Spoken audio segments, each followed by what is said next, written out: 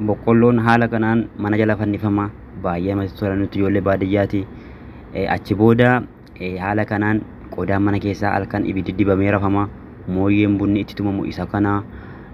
aannan kanatti dhugama ro'oodhas aannan itti dhugama bishaanii kanatu waraabbatama baay'ee dassedha uffannatti itti miiccatama asumatti shaaworiin galama waan yeroo durii badee deebuu dhiise keessaa kun yeebboo yookiin andaqii jedhama namni miskiinni kana qabata inni aftaamiin kana afata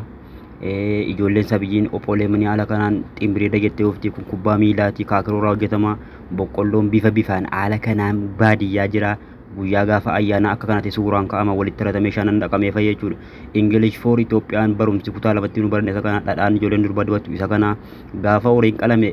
afuuffee saafuunee dhoofna akkanatti kubbaa goone taphannaa qoraan akkanatti armeetii funaanti ijoolleen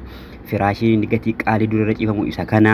achi booda yeroo boqqolloo eegnu wancafi jedhama kanaan eegna ijoolleen durbaa haala kanaan boqqolloo aramu kun hundinuu baadiyyaa jiru nuti ijoolleen baadiyyaa fiqiri nuti ijoollee baadiyyaati inni kun immoo kiijoo jedhama yeroo boqqolloon aramamee ga'e kanatu nyaatama jechuudha jaalalli achitti hafe.